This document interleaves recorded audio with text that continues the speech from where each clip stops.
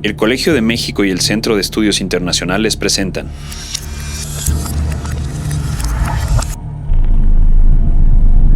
Spoilers del futuro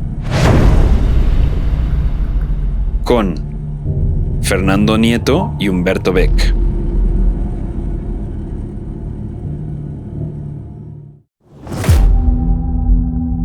Durante un tiempo, se mantuvo la noción de que el océano pensante de Solaris era un gigantesco cerebro prodigiosamente desarrollado y varios millones de años más avanzado que nuestra civilización, una especie de yogi cósmico que hacía mucho tiempo había entendido la vanidad de toda acción. Hay un proyecto que parece dar coherencia a la historia de la humanidad durante los últimos 4 o 5 siglos. Este es el proyecto de la racionalidad moderna, que consiste en la búsqueda del conocimiento y la dominación científica y tecnológica del mundo. Históricamente, esta búsqueda se ha expresado en el designio de extender los límites de ese conocimiento a todo el planeta, a todos los espacios geográficos, todos los ecosistemas, pero también a todos los pueblos, porque este designio de conocimiento ha implicado también la dominación y el control político de los seres humanos. Más recientemente, esta búsqueda se ha extendido al mundo más allá de la Tierra, con la exploración del espacio exterior. Pero, a pesar de esta dimensión tan evidentemente técnica y científica de esta búsqueda del conocimiento, esta búsqueda tiene también una poderosa dimensión simbólica, porque es muy reveladora de la idea que la humanidad, o por lo menos una parte muy decisiva de ella, tiene acerca de sí misma. La especie humana se concibe como una especie de gigantesco sujeto colectivo que identifica su valor y su sentido, el sentido de su misión en el mundo, con precisamente este proyecto de racionalidad y de control. Pero, ¿de verdad, en todas estas empresas de conocimiento y de dominio, la humanidad ha ampliado los límites de sus saberes? ¿De verdad ha conocido lo desconocido? ¿No ha habido detrás de todo esto un cierto autoengaño, la construcción de una ilusión? Solaris, la novela del autor polaco Stanisław Lem, es un monumento literario a la constatación de esta duda de la humanidad sobre sí misma y sobre todo la constatación de la gran paradoja que ha acompañado desde el principio a este proyecto de la humanidad racional. Esta paradoja es que los seres humanos han emprendido la conquista del cosmos sin haber primero terminado de conocerse a sí mismos. En palabras de Lem, la humanidad ha explorado otros mundos y otras civilizaciones sin haber explorado su propio laberinto, es decir, todos esos oscuros pasajes y cámaras secretas, sin encontrar lo que yace detrás de puertas que ellos mismos han sellado. Es posible entonces que todos estos exploradores, científicos, conquistadores, que desde el siglo XVI o incluso antes han creído haber hecho contacto con algo nuevo, con algo diferente, con algo desconocido, en realidad no hayan hecho otra cosa que imponerse sobre lo distinto, a veces violentamente, creando las condiciones de este engaño, que es al final solo un simulacro del conocimiento.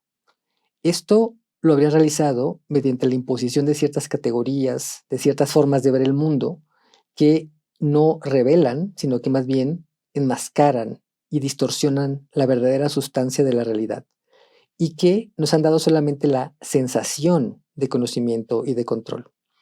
Al final, y este es el contenido más profundo de la novela de Lem, quizás en realidad, con esa búsqueda de lo diferente, de lo que está más allá, con el fin de integrarlo a lo idéntico de lo que ya conocemos o de lo que podemos conocer, los seres humanos solo han emprendido una turbulenta búsqueda de sí mismos. No han realmente encontrado otros mundos, sino más bien espejos que les han dicho algo acerca de ellos mismos o que más bien les han ayudado a ocultar esa parte de nuestra realidad que preferiríamos dejar en silencio.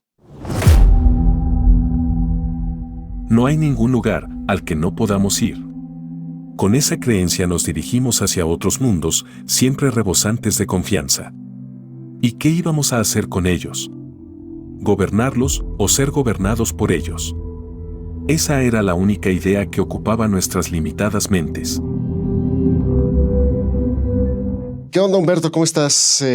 Oye, qué bonito te quedó tu despacho. Muchas gracias, Fernando. Es que me inspiró mucho la novela de Lem. Sí, la verdad que sí estoy emocionado por lo que vamos a platicar hoy. Es, como dijiste, un monumento literario. Una gran novela, un clásico de la ciencia ficción y ciertamente un personaje muy interesante, Stanislaw, que bueno, ya vimos que no se pronuncia así, pero le vamos a llamar así, Stanislaw Lem, autor polaco. Cuéntanos un poquito sobre Lem. Y Stanislaw Lem es, yo creo que, uno de los escritores más fascinantes del siglo XX. Si quisiéramos encontrar yo creo, un equivalente en el mundo hispánico de lo que es Lem para la literatura polaca, yo creo que sería alguien así como Borges. Órale, Así como estas como imaginaciones prodigiosas. ya es un monstruo. Que esos monstruos que imaginan mundos y que parece que no tienen límites en su capacidad de crear metáforas y símbolos y pues eso, mundos literarios. Yo creo que sería como especie de Borges polaco, Lem, solo que mucho más enfocado que Borges a la ciencia ficción.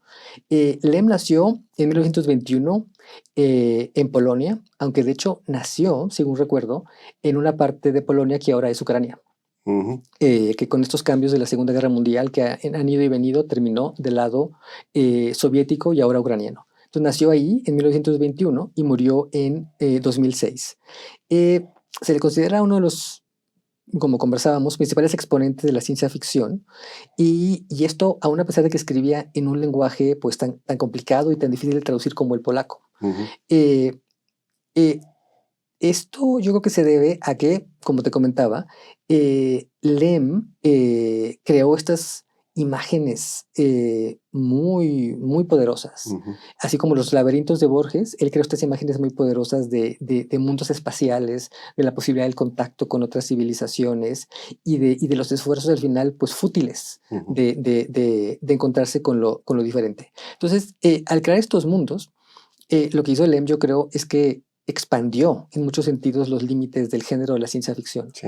Aquí también hay un paralelismo quizás con Philip K. Dick, un autor del que ya hemos conversado, que escribió novelas de ciencia ficción, pero que al mismo tiempo cuando lo lees te das cuenta que es, sí, tiene una parte que es muy entretenida, pero también tiene una parte que es filosófica, tiene una parte que es metafísica. Exacto, exacto. Eso es importante. Déjame hacer dos notas a lo que acabas de decir. Uno es que creo que la obra de Lem se inscribe en esta tradición muy larga de la novela y de la novela filosófica, Ah, en la que se inscriben también, sí, pues digo, personajes como Jonathan Swift, por ejemplo, ¿no? Los viajes de Gulliver, el mismo Voltaire, ¿no? sí. El Cándido. Y claramente sí, sin duda, hay una profundidad filosófica en la obra de Lem que no es el típico cuento, digamos, fácil de ciencia ficción, ¿no? No es la exploración y los alienígenas y los marcianitos, es una cosa mucho más profunda la que nos encontramos con Lem. Y la otra es que es el primer autor, bueno, además de Bernal, que ya platicamos de él, es el primer autor no anglosajón Ujú. que vamos a discutir. Es importante que lo hagamos notar porque es cierto que la ciencia ficción anglosajona, sobre todo la estadounidense, se ha vuelto hegemónica, en parte también por la gran ayuda de la industria del cine. Ujú. Pero hay otras tradiciones, y es importante que lo remarquemos, hay otras tradiciones de ciencia ficción. Hay una tradición latinoamericana, como vimos con el libro de Rafael Bernal, pero también hay una gran tradición de ciencia ficción, ¿cómo decirlo?, eslava, de autores polacos, rusos, checos. Por ejemplo, está este hecho muy importante que la propia palabra robot, que se utiliza en todos los idiomas, fue acuñada por un autor checo, por Karel Čapek, a principios del siglo XX, y está basada en la palabra checa para referirse a un ciervo agrícola. Entonces, yo creo que nos dice mucho de esa riqueza de las tradiciones. Y sin duda, bueno, Lem es uno de los principales de esa tradición eslava de la ciencia ficción. Escribió decenas de libros que a su vez han estado traducidos a decenas de idiomas, ha vendido millones de ejemplares. Ha habido, yo creo que algo como muy universal en la manera en que ha conectado su mezcla de ciencia ficción con filosofía, con especulación filosófica, metafísica, con especulación también, por ejemplo, con el sentido de la ciencia, de la tecnología, a la vez que todo mezclado con un cierto humor. Siempre hay una cierta sátira sobre la técnica, sobre la ciencia, que lo hace más accesible. De hecho, Lem también es autor de varios ensayos muy importantes sobre la ciencia y la tecnología. tiene un libro que se llama La Suma Tecnológica, que publicó en 1964, donde él especula sobre las posibilidades de la tecnología moderna y de alguna manera leer ese libro es como, pues como echarle un ojo a una especie como de viaje al futuro. Porque ahí ya está, o sea, Lem especuló sobre la posibilidad tecnológica real de muchas cosas que han pasado y muchas que todavía no han pasado. De las que han pasado, la realidad virtual, la inteligencia artificial, la nanotecnología, todo eso Lem ya lo había imaginado como una posibilidad real en el mundo. Sí, y bueno, y además interesante que es un autor de la Guerra Fría. Además, es otro que digo, está escribiendo, por lo menos la novela que nos toca hoy la escribió en la Unión Soviética. Y de hecho, primero se conoce detrás del muro, detrás del muro. De hecho, la primera adaptación al cine que hay de Solaris es una película rusa. Sí. Interesante, ¿no? Como también hay estos reflejos, un poco también lo que platicábamos cuando hablábamos de Dick, de Philip K. Dick, cómo el contexto histórico también se ve reflejado en la producción literaria de Lem. Y Lem decía que, de hecho, él probablemente empezó a escribir ciencia ficción porque pensó que era una forma más o menos práctica de saltar la censura comunista. Y entonces dijo, bueno, esto suena como más a histórico, más a político y suena también como muy progresista.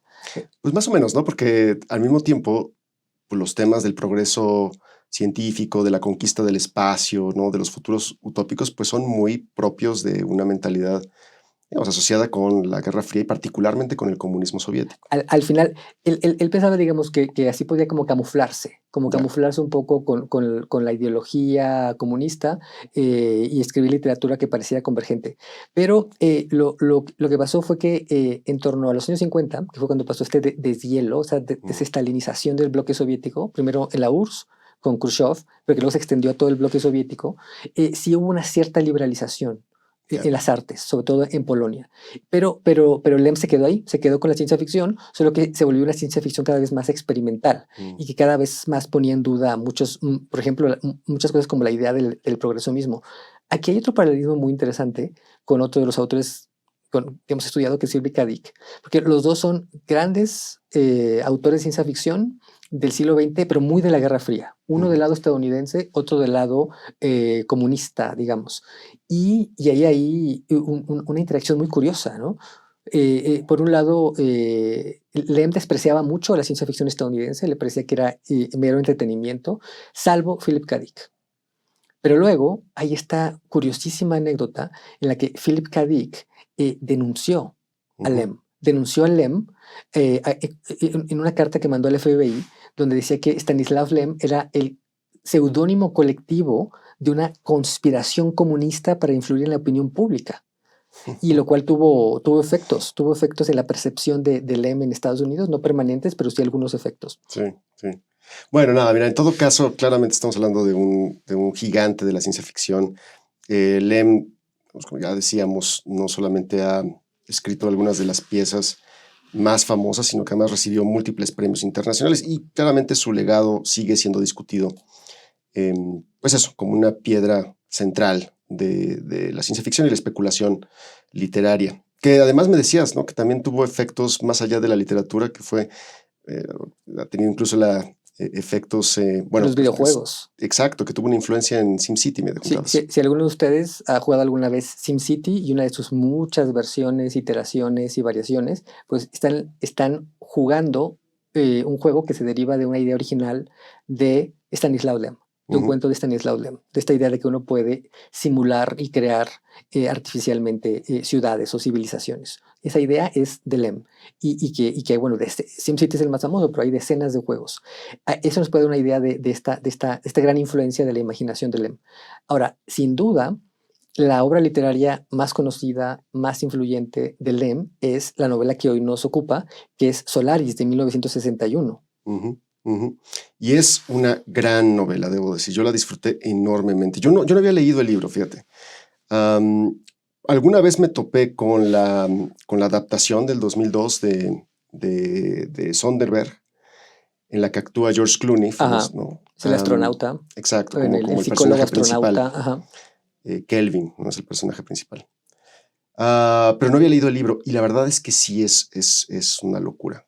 Porque además, como decíamos un momento, no es solamente la la historia propiamente, la trama de los humanos que llegan a un planeta diferente, sino es también la profundidad de la reflexión sobre la ciencia, sobre las prácticas científicas, sobre los límites del conocimiento científico y una crítica poderosísima a la modernidad, que bueno, ya hablaremos un poquito sobre eso, pero a mí me fascinó y la verdad es que sí, lo recomiendo ampliamente. Bueno, a ver, para quienes no sepan, la trama en Una nuez es la siguiente.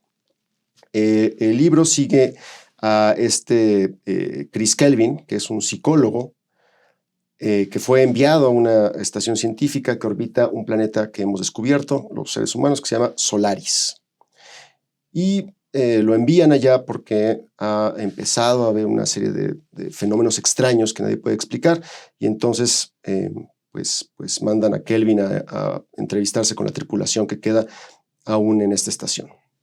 Solaris es un planeta que tiene varias peculiaridades. Una de ellas es que orbita alrededor de 2 soles, un sol azul y un sol rojo.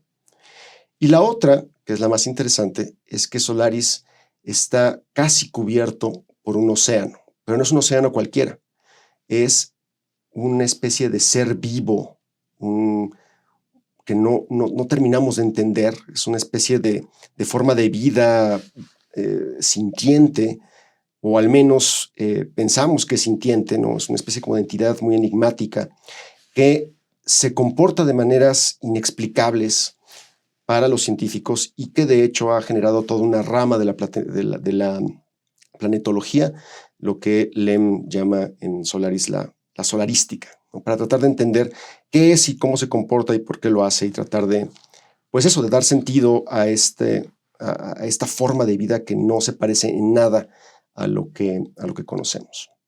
Ahora, una cosa interesante de la trama es que hemos tratado de comunicarnos en la novela, los seres humanos hemos tratado de comunicarnos con ese océano una y otra vez, pero una y otra vez fracasamos. Y esto a pesar de que hemos generado mucho conocimiento sobre las distintas manifestaciones que tiene ese océano. Y de hecho hay un catálogo en la novela. De las teorías.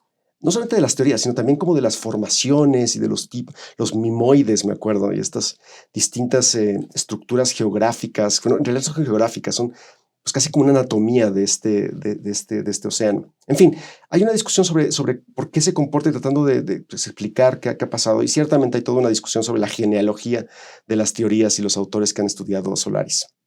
Bueno, el punto es que Kelvin llega a la estación y muy pronto se topa con pues una cosa alucinante, y es que resulta que Solaris genera manifestaciones físicas de las memorias humanas, especialmente de cosas como los traumas, los deseos, las culpas reprimidas. Es una cosa medio freudiana, si tú quieres.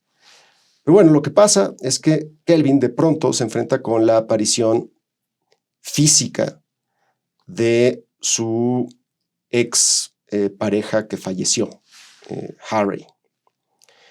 Lo que pues desencadena toda una serie de conflictos psicológicos en el personaje principal, y de ahí, digamos, arranca una discusión sobre la psicología humana, sobre la memoria y sobre, en última instancia, qué significa esa visita. Si la visita es simplemente un recuerdo, si es simplemente un reflejo, una especie como de subproducto psicológico, o en realidad estamos ante otra cosa y estamos ante una materialización de una nueva forma de comunicación con una vida alienígena que estamos tratando de entender. Y es un poco el dilema en el que se encuentra la trama. Debo decir que al final hay una especie de resolución. No quiero adelantar demasiados spoilers, porque creo que sí vale la pena que la gente lea la novela. Pero en última instancia creo que hay no tanto una resolución, sino una resignación. Una resignación ante lo que no podemos conocer y ante la naturaleza profundamente afectiva y emocional de los seres humanos. Y en última instancia, lo que nos propone Lem, creo yo, con Solaris, es no tanto el mundo alienígena, sino el mundo humano a través de un espejo. Sí, el espejo de lo desconocido, el espejo de lo totalmente diferente. Y me parece fascinante cómo cómo la novela le da la vuelta a, bueno, hay que imaginar, estos son científicos que están a meses de viaje intergaláctico, que están tratando de entender un planeta que no cumple con las leyes de la física. Lo último que intentan hacer es echar rayos, bombardear con rayos X el océano de Solaris para ver si hay algún tipo de respuesta. Y si la hay. Y esa respuesta es esta materialización del inconsciente de los científicos. Y es ahí cuando llega el protagonista y que le pasa lo mismo, que se materializa su esposa muerta. Y entonces se cierra un círculo. Se cierra un círculo de cómo el método científico, si se lleva hasta sus últimas consecuencias, de experimentación, observación, etcétera, lo que termina es, pues, algo así como que mandándote al diván psicoanalítico. Exacto. Sí, y hay episodios muy interesantes de, por ejemplo, ¿qué hacen los científicos cuando se les presentan estos visitantes? ¿Cómo saben que en realidad no están ante una alucinación, que no es una mentira lo que están viendo? ¿Cuál sería el proceder científico frente a eso? O, por ejemplo, esta otra discusión sobre, ¿en realidad queremos hablar con el océano o simplemente queremos imponernos frente al océano? En fin, un alucine. Yo creo que hay un montón de temas que se pueden discutir sobre, digamos, a propósito de Solaris. Ciertamente, pues en términos epistemológicos, el choque entre lo que conocemos, lo que podemos conocer y aquello que es simplemente ininteligible y que nunca vamos a poder entender. El tema de la frustración como al tratar de comunicarnos con otros, con esa otredad que no solamente es alienígena, sino que simplemente no sabemos si nos escucha y no sabemos si podemos interpelarla. Otra es el del pasado, cómo este pasado, el trauma, la culpa, la emocionalidad pasada regresan y terminan afectando la percepción que tenemos de la realidad presente.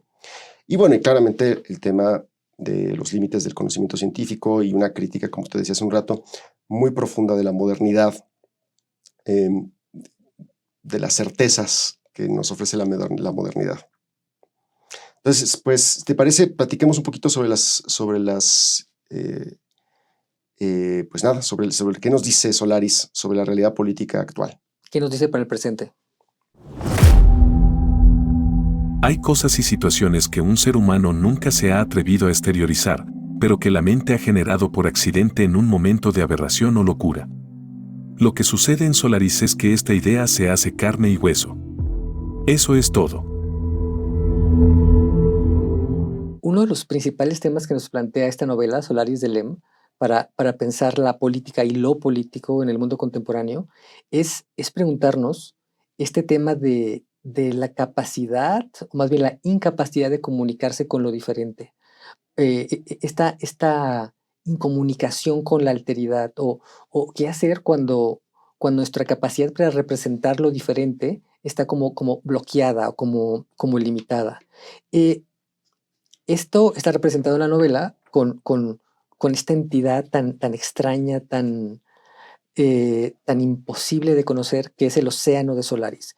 Es algo que de alguna manera los científicos en la novela han determinado que existe como un ser o como un ente. No queda claro si es uno o varios, si es una gran entidad biológica gigantesca o si son varias. No queda claro si tiene conciencia o si no tiene conciencia, si tiene voluntad o no tiene voluntad, pero lo que queda claro es que es un ser, como un agente, y que de alguna manera extraña, no posible de sistematizar, interactúa con la humanidad, pero de una manera completamente caótica y sobre todo que no se puede representar en el sentido de que no se puede hacer inteligible para los seres humanos. Los científicos están acostumbrados en la novela a entender la comunicación como este lenguaje formal, en donde hay intención explícita, donde hay causalidad lineal, y todo lo demás es un error, es ruido, es anomalía. Pero es que esto es justamente lo que está pasando, es lo que hace Solaris. Solaris es este límite de la representación, digamos, del lenguaje racional, porque es sin duda algo que existe, es sin duda algo que existe con una agencia propia, pero que no se puede volver inteligible con el lenguaje tradicional de la ciencia. Lo que pasa, como comentábamos en el segmento anterior, es que cuando parece que Solaris reacciona, que es después de que es bombardeado con los rayos X, lo que sucede es que genera una especie de estado alucinatorio en los científicos, pero que al mismo tiempo no es solamente alucinación porque es material. O sea, lo que hace es que materializa el inconsciente de los científicos y crea estas alucinaciones tangibles, que son personas, son seres, son entidades con las que uno puede interactuar.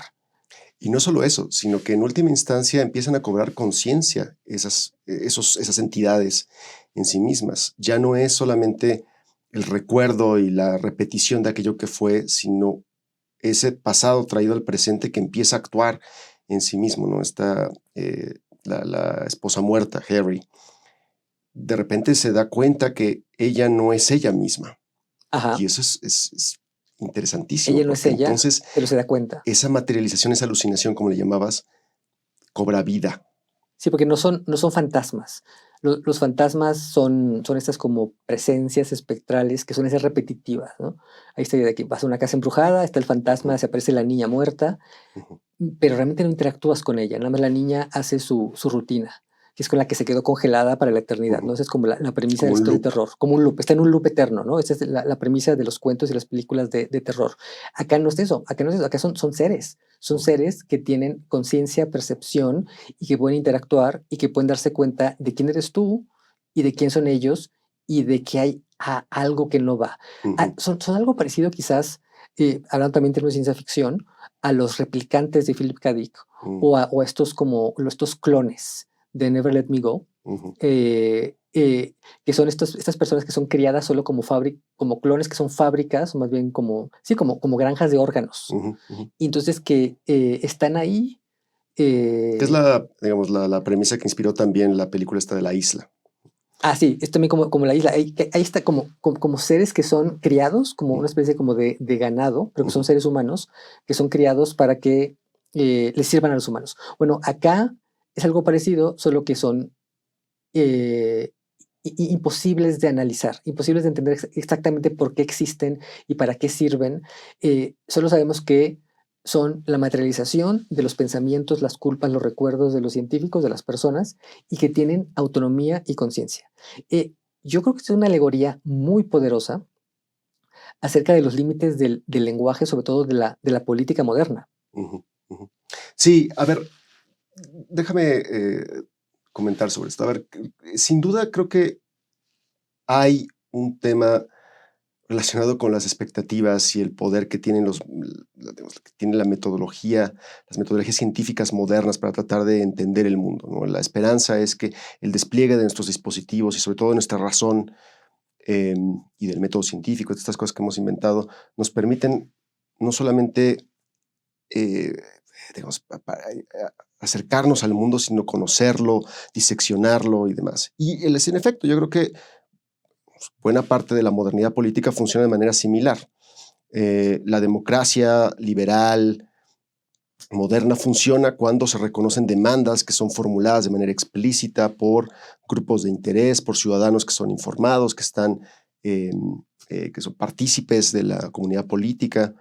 La estatalidad moderna misma está pensada justamente en la lógica de que hay una legibilidad de la sociedad que quiere gobernar. Quizá quien desarrolló esto de mejor manera fue el politólogo James Scott, que escribió un libro que se llama Seeing Like a State, viendo como el Estado.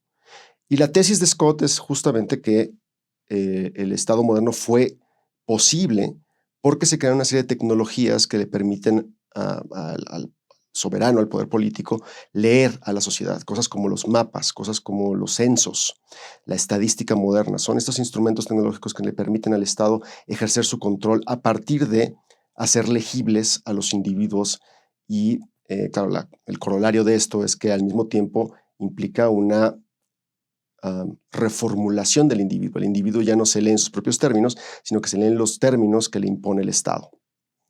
Entonces, sí, yo creo que hay algo de eso también en la crítica que hace Lem en Solaris.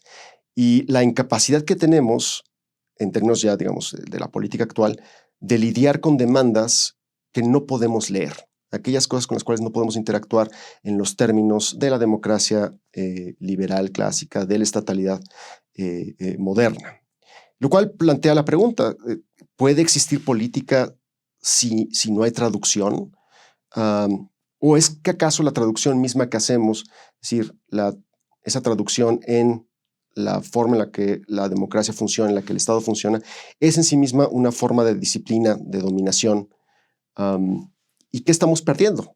Es decir, si realmente estamos comunicándonos estamos transfiriendo las demandas y las ideas de otras personas de esa otra edad, o simplemente estamos imponiéndonos, estamos imponiendo una forma de pensar, una forma de hacer política. Que esa es, yo creo que la gran promesa, o ese es el fundamento de la legitimidad de la política moderna. Hay esta idea de que los sistemas políticos modernos, de la representación democrática, por ejemplo, pueden, digamos, pueden leer, digerir, procesar y dar respuesta a las inquietudes del pueblo, de la sociedad.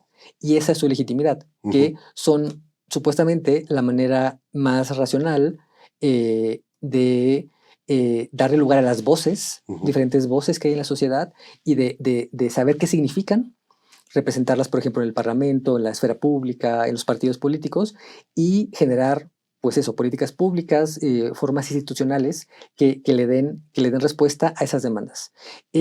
Pero lo que autores como James Scott, que tú mencionas, han analizado en términos politológicos e históricos, antropológicos, es que muchas veces hay muchos puntos ciegos en ese proceso, y que muchas veces la máquina estatal o la máquina del sistema político funciona siguiendo su propia lógica. Se me hace muy revelador el subtítulo del libro de James Scott, que se llama Seeing Like a State, como que se puede traducir como viendo como el Estado, o la visión del Estado, y el subtítulo es me parece que algo así como cómo ciertos esquemas racionales para mejorar la condición humana han fracasado. Ese es el subtítulo. Y es yo creo que una crítica muy importante a este fundamento de cómo funciona, o cómo creemos que funciona la política moderna, que es básicamente a través de esta capacidad de representación racional. Exacto. Y de nuevo, lo que vemos, de nuevo reflexionando sobre el trama de Solaris, es así como los científicos de Solaris están perplejos ante lo que sea ese océano y lo que les pueda o no les pueda decir. De la misma manera, yo creo que el Estado y la política moderna en general se demuestra una y otra vez perpleja ante fenómenos que no sabemos leer. ¿No? Que es el más fácil, que digamos, ya lo habíamos comentado un poco cuando hablamos de Bernal y la relación con lo humano, es la naturaleza, ¿no? La crisis climática. Como el planeta no nos habla, no nos está diciendo cosas, no está articulando demandas racionalmente formuladas ni escritas en un lenguaje específico, pero sí nos está diciendo cosas, ¿no? Los incendios, los eventos climáticos más severos cada vez, nos están diciendo cosas, hay una especie de agencia que tratamos de interpretar, pero que, desde luego, la pregunta es si le estamos interpretando bien y qué propósito sirve esas interpretaciones. Claro, si el tema de Solaris, de este proyecto extraterrestre, suena pues literalmente muy extraterrestre, es que podemos aterrizarlo en la Tierra. O sea, hay algo de ese desencuentro entre los esquemas racionales y la realidad natural, que no tenemos que ir al espacio exterior para experimentarlo. Es lo que estamos viviendo, de hecho, en los últimos años.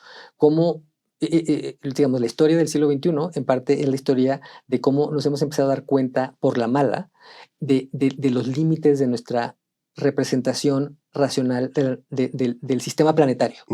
Y que pensábamos que el sistema planetario era algo así como una especie de zona neutra, que estaba ahí nada más para aportar recursos y como el escenario material para el proyecto de la industrialización, del desarrollo económico, del crecimiento económico, pero estamos viendo que no, lo que con un poco más de visión que tuviera tomado en cuenta por ejemplo, las visiones tradicionales de la naturaleza, nos lo hubiera dicho. Estamos viendo que no, que estamos viendo que ese sistema planetario no es solo un recurso inerte, sino que es un mundo con sus propias lógicas.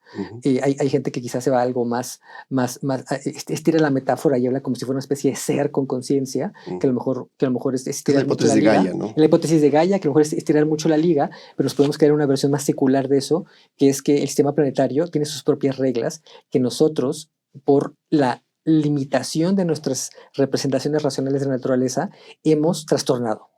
Y ahora lo que estamos viendo con los incendios, con las sequías, con el colapso de muchos sistemas climáticos es la reacción de ese mundo de reglas propias a nuestras intervenciones probablemente insensatas. Pero lo podemos aterrizar un poco más, yo creo. Sí, no, y no solamente, digo, cierto, no es el único ejemplo el del sistema, la naturaleza y la crisis climática. Hay ejemplos mucho más cercanos que tienen que ver con realidades sociales y políticas mucho más inmediatas. Platicábamos la otra vez sobre qué pasa con estas protestas que se han hecho cada vez más frecuentes, las protestas de los años 2000 y 2010, que son las primeras 2 décadas de este siglo, que son estallidos sociales, movimientos sociales, pero que no terminan de ser realmente movimientos articulados, que son una cosa como difusa, ¿no? No terminan de cuajar. Exacto, y por lo tanto, que no terminan de articular demandas específicas que puedan ser legibles tanto para la democracia como para los estados modernos. A mí, yo que a ti también, pues nos tocó ya vivir la década del 2010 con cierta conciencia política e histórica. Y yo sí recuerdo que en esa década era incluso hasta mal visto que se le pidiera a las movilizaciones sociales que se expresaran en términos concretos. Bueno, ¿qué quieren? ¿Qué quieren exactamente y qué proponen? Estaba mal visto, era como reaccionario pedirle a una movilización social que dijera qué quería y qué cambio concreto estaba proponiendo. Más aún, era como reaccionario identificar quiénes eran los líderes de esa movilización. Porque quería implicar que había una jerarquía. Exacto. Y que había control, que había dominación. Ahora, estamos viendo 10 años después que estamos viviendo una gran paradoja. Al parecer, bajo ciertos criterios, la década de 2010 fue la época de mayores movilizaciones sociales de la historia de la humanidad, en términos del número de gente que estuvo en la calle protestando, en Egipto, en Chile, en México, en Estados Unidos, en Francia, en España, en Hong Kong. Fue realmente una década de enorme movilización social global. Y uno hubiera pensado que en términos racionales de lo que se supone que son las lógicas de la política democrática, que eso se hubiera expresado, por ejemplo, en una renovación de la política representativa, en una renovación de la participación, en una renovación de las políticas democráticas o de distribución del ingreso, etc. Y más bien lo que ha pasado es un colapso de todas esas formas de representación. No ha habido una nueva izquierda, no ha habido un nuevo socialismo, lo que hay ahora es un nuevo fascismo. Y el desprestigio de los sistemas representativos. Sí, y de los movimientos sociales. Y de los movimientos sociales que se ven ahora como impotentes, como fútiles. Y estamos en esta situación un poco exasperante y frustrante en la que parece haber esta como desconexión. Antes pensábamos que movilización tenía que generar cambio y progreso institucional, político, económico. Ahora que vemos que movilización puede ser que no termine en nada. Sí, y claro, y tiene que ver regresando un poco a la metáfora de Solaris, que no sabemos leer esos movimientos al parecer. No sabemos qué exactamente quieren, cuáles son las demandas, cómo se articulan, cómo podemos lidiar con un movimiento fundamentalmente horizontal, donde no hay liderazgos con los cuales tú puedas interpelar. ¿Es posible? ¿No es posible? Yo creo que eso nos plantea un gran debate del siglo XXI. Si las formas de movilización ya no son eficaces, no son traducibles, pues entonces, ¿qué queda? ¿No? Es la gran pregunta. Otro ejemplo que se me ocurre para hablar de este problema de la alteridad, de la incapacidad de platicar, de dialogar con el otro, es el gran tema de la migración, de cómo claramente estamos viendo un fenómeno de profundidad emocional evidente, ¿no? Hay las imágenes, claramente estamos viendo un sufrimiento en las personas, pero que no termina de articularse en una voz política que sea capaz de inducir cambios, sino que también un poco pasa lo mismo, también termina generando al revés, un backlash, ¿no? una reacción que termina alimentando, pues por ejemplo, populismos de extrema derecha, los nuevos nacionalismos, etc.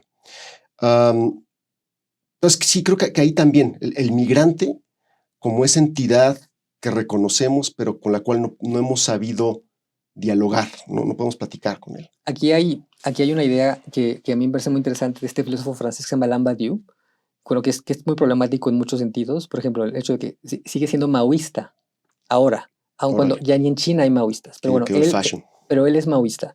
Entonces, pero fuera de eso, tiene una idea que me parece bastante sugerente, y es la idea del migrante como sujeto político. Él dice que él dice, bueno, o así lo interpreto yo, que el migrante es como el sujeto político imposible, porque no hay otra demografía que pudiera ser más relevante para repensar la política en el mundo moderno que el migrante, que es estos personajes, estas figuras que están en la situación más vulnerable, y que a la vez no, lo más probable es que no van a dejar de crecer por diferentes razones políticas, ambientales, etcétera, pero que al mismo tiempo, justo porque están en esta situación de desventaja y marginalización, justo porque no son elegibles por el sistema político, no tienen derechos y no pueden constituirse como un sujeto político formal, porque en ciertos países, como Estados Unidos actualmente, no solo es que no tengan derechos, sino que son percibidos como criminales. Ujú, ujú. Entonces, los migrantes son como este gran desafío de la política contemporánea, de este sujeto político imposible, así es como lo llama él,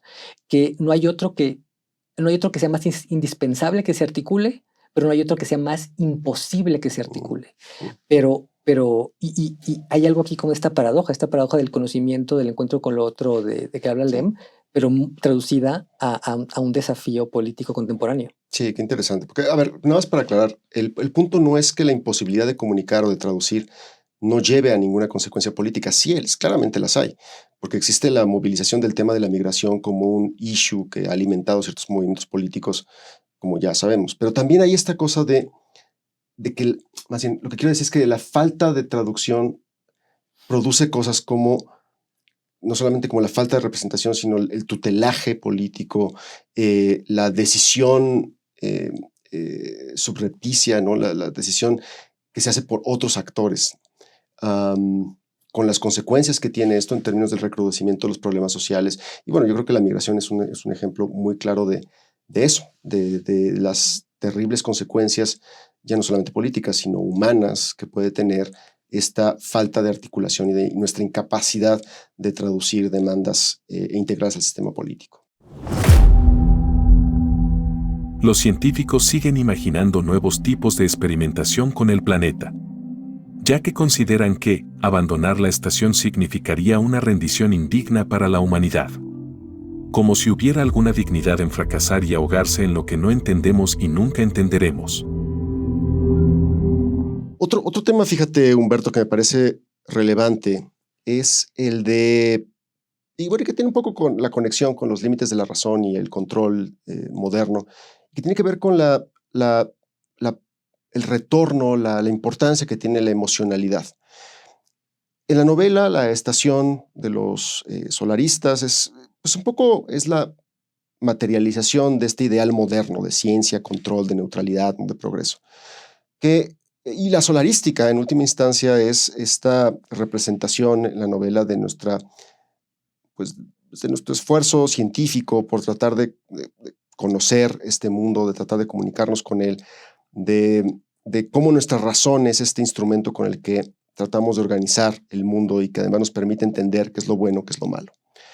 Ahora, claro, lo que pasa en la novela es que Solaris desmantela este ideal desde adentro. Resulta que la razón no basta. Es más, la experiencia misma que tienen ante los visitantes, Kelvin y las otras personas que están en la novela, no es inicialmente una experiencia que se pueda caracterizar de racional. Por el contrario, es una experiencia profundamente afectiva, donde surge la culpa, el deseo, la miedo, el trauma. Y entonces, no sin una nota de cierta ironía, los científicos, pues resulta que ya no son tan racionales, sino que son víctimas de su propia emocionalidad. ¿Cómo es? Yo creo que uno de los aspectos más conmovedores y desconcertantes de la novela de Lem, y que quisiera mencionar rápidamente que hay una adaptación al cine de la novela de Lem, que es la hecha en 1972 por el director de cine ruso Andrei Tarkovsky, que es una gran obra de arte en sí misma y que también recomendaría que le echaran un ojo además de leer la novela de Lem. ¿Por qué? Porque muestra de manera muy tangible esta dimensión emotiva del conflicto. Muestra el conflicto de este científico, este psicólogo, que va a ver qué le está pasando a estas personas que parece que se están volviendo locas allá, y él se da cuenta que él también forma parte de eso, y cómo le trastorna toda su vida emocional la materialización de su esposa muerta.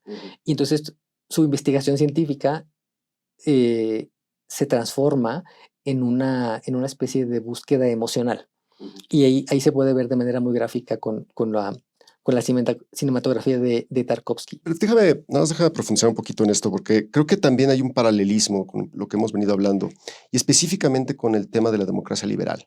Ah, Democracia liberal, evidentemente me refiero a su versión occidental, clásica, que también parte un poco del mismo supuesto, es decir, de que las instituciones políticas están pensadas para sujetos racionales, para sujetos informados, para ciudadanos que pueden, que pueden informarse, que pueden debatir, que son deliberativos, que pueden articular sus intereses, etc. Claro, lo que hemos visto en los últimos años y parte de la crisis que estamos enfrentando en términos de la democracia liberal tiene que ver que estas instituciones, pues sí, podrán estar diseñadas para estos ciudadanos imaginarios, por utilizar la expresión de un colega, pero en realidad gobiernan sociedades profundamente emocionales. Aquí habría que decir que toda la política moderna, en el sentido de la liberal democrática, que con todo lo que está, a pesar de todo lo que está pasando, sigue siendo por lo menos el ideal de la política moderna, pues nació a espaldas, o más bien en contra de todo lo que no fuera racional. Primero en contra de la irracionalidad de la religión, o la irracionalidad de la superstición, la irracionalidad de lo sagrado. Pero luego, en el siglo XX, la política liberal democrática se presentó a sí misma de manera muy consciente en contra de las emociones en la política. La experiencia de la primera mitad del siglo XX, con el totalitarismo, con la Segunda Guerra Mundial, el fascismo, el nazismo, era que cualquier presencia de las emociones en la política, por ejemplo, este fervor irracional por el líder o por la raza o por la clase, terminaba en un desastre. Entonces, la refundación política de la posguerra, de los años 40, 50 hasta ahora, que parece que está rompiendo eso, pero por lo menos los últimos 70 años, se trataba de que cómo hacemos que la política fuera más racional y menos emocional. De hecho, hay este filósofo Habermas, que ya lo hemos mencionado por ahí en el podcast, que habla de esta idea de cómo repensar la nación alemana, dado que el nacionalismo alemán tan emotivo termina siempre mal. Termina siempre en guerra, genocidio. Entonces se le ocurrió, bueno, nuestro patriotismo no tiene que ser de la raza, ni de la sangre, ni del suelo, tiene que ser de la constitución. Es un patriotismo completamente racional. Sí, muy moderno. Completamente moderno, pero frío. Yeah. Y lo que estamos viendo ahora es cómo se está llenando, este modelo se hace agua por todos lados. Y así como se materializan los traumas, los deseos y las culpas de los científicos en sesiones Solaris, vemos que la política contemporánea se puebla de estas alucinaciones sensibles que son los muchos políticos y fenómenos contemporáneos. Sí. Que, no sé, Donald Trump parece una alucinación encarnada. Oye, pero a ver si te parece bien esta hipótesis. Un poco inspirado en Solaris. Porque, a ver, en Solaris los visitantes se pueden pensar en efecto como que es como un error, una mala interpretación que hace el océano de nuestra psicología, pero también se puede entender como emociones no resueltas, como cosas que quisimos reprimir, ¿no? Bueno, los científicos que están en Solaris. ¿No podríamos pensar de la misma manera cosas como el populismo o la polarización política? Es decir, que no son fallas del sistema, sino que en realidad son síntomas de que la democracia liberal sistemáticamente ha pues eso, ignorado emociones y por lo tanto son sintomáticos, no tanto patológicos. Son sintomáticos, sí, yo creo que son sintomáticos, y hay un término psicoanalítico para eso, que es el retorno de lo reprimido. Que cuando uno muy deliberadamente quiere no ser algo que uno sabe que es, eso va a aparecer sí o sí. Sí, usualmente de manera violenta. Pero lo malo es que va a aparecer de manera violenta y destructiva. Entonces, aquí yo creo que la gran pregunta es ¿cómo le hacemos para poder procesar esa parte de nosotros mismos, individual y colectiva, que nunca se va a ir? Claro, no, y es un temote, porque parte del el embrollo en el que estamos metidos es que la crisis de la democracia, y por cierto también de la tecnocracia, es que frente a eso, frente a esas emociones que resurgen, ese retorno de lo reprimido, como decías, términos freudianos, pues típicamente lo que hace la democracia es replicar con datos, con evidencia, con llamados ¿no? a la racionalidad, a la deliberación informada, etc. Y claramente eso no está funcionando, ¿no?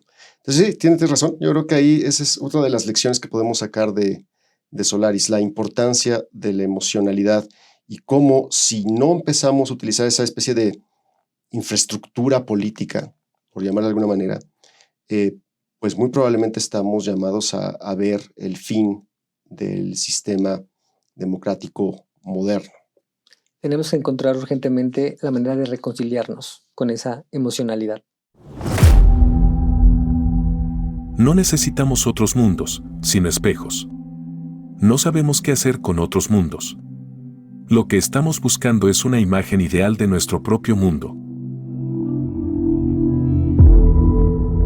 Creo, Fernando, que otra de las dimensiones para pensar el presente que nos da claves la lectura de Solaris es este tema de la memoria, de la culpa y en general de la conciencia histórica. En la novela, el océano de Solaris lo que hace es que materializa los recuerdos del pasado, que están en la conciencia de los personajes, pero no como recuerdos, sino como una presencia que está viva. Por ejemplo, está la pareja muerta, Harry, del protagonista, se reencarna, pero es como una especie de reencarnación de la culpa del personaje por su posible papel en la muerte de su pareja. Entonces, lo que vemos en Solaris es esta alegoría de un pasado que no es recuerdo, o sea, que no es pasado, sino que irrumpe en el presente. Y estos visitantes, entre comillas, como llaman a estas materializaciones del pensamiento, lo que hacen para los personajes, sobre todo para el protagonista, es que crean la sensación de que el pasado puede volverse presente, puede actualizarse. Uno puede intervenir en ese pasado, uno puede reinterpretar ese pasado como una posibilidad actual para intervenir, para transformar. Es muy difícil no leer todas estas alegorías de la memoria que hay en la novela como alegorías o acerca de la relación entre nuestro presente político y la memoria histórica. Claro, claro. Sí, y aquí el tema de nuevo, un poco regresando al asunto de los límites de la estatalidad moderna. Pues las sociedades modernas y los estados modernos ciertamente prefieren que el pasado se quede en el pasado.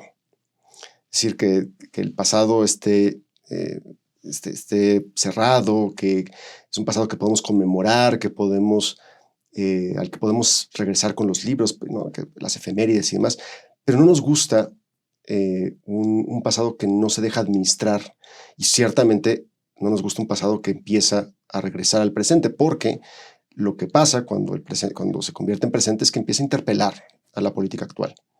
Y entonces eso pues, genera problemas porque se convierte en una amenaza para el orden político actual.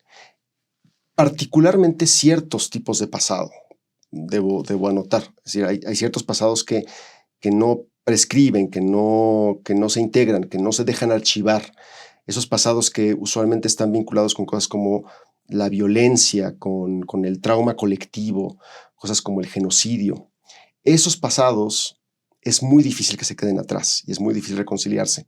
Y por lo tanto siguen siendo, queda ahí presente la posibilidad de que regresen como para venir así como en Solaris, que vengan a recordarnos de lo que pasó y de nuestras culpas encarnadas. Y ahí hay un tema muy profundo y potencialmente muy conflictivo, y es que, pues sí, la estabilidad de muchos de los sistemas políticos contemporáneos y democráticos, liberales incluso, ha descansado sobre el olvido. Sobre el olvido de sufrimientos de ciertos grupos, sobre el olvido de la exclusión o la eliminación de ciertos grupos. Sí. Digamos que el closet de la democracia contemporánea está lleno de esqueletos. Sí. Y un poco lo que ciertos movimientos contemporáneos, algunas movilizaciones del siglo XXI o ciertas posturas como esta serie de críticas a los sistemas hegemónicos que se llama genéricamente wokismo, digamos, que puede ser despectivo, pero para decirlo de manera rápida, porque son muchas posturas, para decirlo rápido en un solo concepto, pues mucho de estas movilizaciones y estas posturas tiene que ver con sacar esos esqueletos. Sacar esos esqueletos y ver cómo el hecho de que estén escondidos no ha sido tanto una ventaja, sino una limitación precisamente de esas capacidades de representación de la política contemporánea. Por ejemplo, se suponía que todo el tema de la segunda mitad del siglo XX había sido la descolonización, es decir, que todos los países y pueblos que habían sido colonia de algún imperio europeo se habían convertido ya en estados nacionales independientes autónomos. Pero en el siglo XXI vemos que hay como una especie de segunda ola de descolonización, pero ya no tanto política, sino como cultural y simbólica y de la memoria histórica. Por ejemplo, esta discusión acerca de si los pueblos que antes habían sido colonizados realmente están siendo tomados en cuenta o realmente fueron alguna vez tomados en cuenta como independientes, o si no seguimos viviendo en una continuidad del colonialismo en términos simbólicos. Obviamente todo esto es muy disruptivo, obviamente todo esto crea muchas turbulencias, obviamente por eso mucha gente lo aborrece y cree que el problema no es el esqueleto, sino que alguien apunte que hay un esqueleto, pero creo que son discusiones que tienen que ser canalizadas y que tienen que darse, de nuevo, pero de una manera que no sea destructiva, sino que ayude en cierta medida a reconocer los límites de la representación y, en la medida de lo posible, a ampliar esas capacidades de representación. Sí.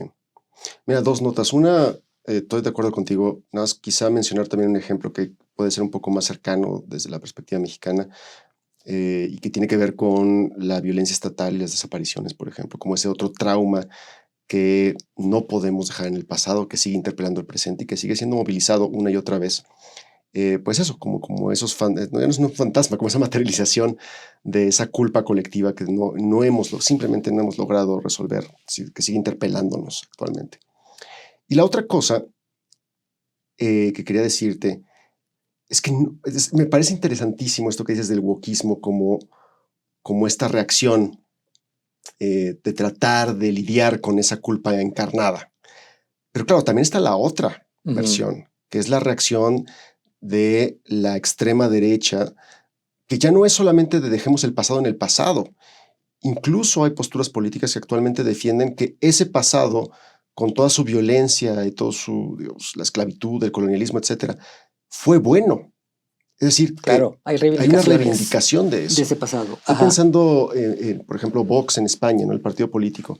Hay personajes dentro de ese partido político que dicen que no solamente no van a pedir perdón por lo que pasó durante la colonización española de las Américas, sino que nosotros deberíamos de agradecerles, porque esa violencia, si acaso debe haber sido todavía peor, porque claro. debieron, de hecho, ellos piensan en la colonización como un proyecto inacabado. Claro, y un favor del cual las excolonias son ingratas. El que tiene la postura equivalente en el mundo anglosajón es un historiador que se llama Neil Ferguson, que es digamos, como un apologista del Imperio Británico y que no es sorprendente que actualmente es un trompista. Ya, pues sí. Y entonces, bueno, yo creo que lo importante en esta extrapolación que estamos haciendo, audaz, yo creo, pero pertinente, de cómo se maneja el pasado en la novela de Lem y nuestras batallas sobre la memoria en el presente, es que una buena parte de la política contemporánea, de los movimientos sociales, tiene que ver con esta búsqueda de la apertura de la memoria histórica. Y muchos de los movimientos también, pero de derecha, tienen que ver con ya sea el cierre de esa memoria histórica o más bien una reapertura, pero en un sentido reaccionario de ese pasado. Aquí en México, por ejemplo, hay también esa versión. Hay también esa versión de gente que busca restablecer, por ejemplo, el valor de la civilización hispánica. Ahora, también hay una versión curiosísima, que es la que representa el expresidente López Obrador, ahora como historiador público, donde quiere reivindicar una cierta idea del pueblo mexicano, pero vinculándola con una negación de los sacrificios humanos en el mundo prehispánico. Sí. Una postura muy desconcertante, a mi parecer. Sí, que va en contra de toda la historiografía. Va en contra de toda la historiografía seria y que es una abierta manipulación política de la memoria histórica. Sí, sí. En fin, mira, yo creo que sí, ciertamente es una extrapolación audaz la que estamos haciendo, pero sí creo que hay un paralelo de una u otra manera, porque como en Solaris, esta reencarnación del pasado les presenta este gran dilema a los solaristas, que es un dilema entre que, pues, o sigues operando normalmente y administras esa cosa que está ahí, o tratas de conciliarte con esa. Y al final, poco ya para cerrar, creo que esa es la decisión que toma el personaje principal, Kelvin, al final, en esa última escena que nos narra Lem. Se decide que al final quizá lo mejor es reconciliarse con ese pasado. El ser humano ha explorado otros mundos y civilizaciones sin haber explorado antes su propio laberinto. Sin haber recorrido oscuros pasajes y cámaras secretas, sin encontrar lo que yace detrás de puertas que él mismo ha sellado. Solaris nos deja con una idea incómoda. La política moderna depende de la posibilidad de entender al otro. Cuando esa comprensión falla, es decir, cuando el otro no habla nuestro lenguaje, no formula demandas claras o no encaja bien en nuestras categorías, lo que se erosiona no solamente la comunicación, sino la posibilidad misma de la representación política. Y puesto así, el problema no es la falta de diálogo, sino la pretensión de que todo lo político en términos modernos, pues sea inteligible, racional, traducible. Y ahí aparece el límite del proyecto científico y político moderno expansionista. La novela de Lem nos recuerda que ni la ciencia ni el Estado saben muy bien qué hacer con emociones como la culpa, el deseo, o con fenómenos como el trauma y la memoria. Pero esas emociones no son un residuo premoderno, son una parte central de fenómenos políticos contemporáneos, como la polarización, el populismo nacionalista o las crisis de la democracia liberal. No estamos ante un déficit de razón, sino ante una ceguera ante lo que las emociones ya nos están diciendo. Sí, y además Solaris muestra que el pasado no siempre se queda en el pasado, a veces vuelve, no como una especie de recuerdo ordenado, sino como una presencia que desestabiliza el presente. Y los sistemas políticos, así como la estación de los solaristas, suelen responder intentando neutralizarlo, administrarlo o hacerlo desaparecer. Tal vez el verdadero spoiler del futuro sea que muchas de nuestras crisis no se explican por falta de datos o de instituciones, sino por un exceso de alteridad, de emociones no escuchadas y de memorias que niegan a cerrarse. Esto fue Spoilers del Futuro. No olviden seguirnos, compartir y mandarnos sus sugerencias. Nos escuchamos pronto con otra historia del futuro que quizá ya nos alcanzó. Esto fue una producción de la Coordinación de Educación Digital del Colegio de México.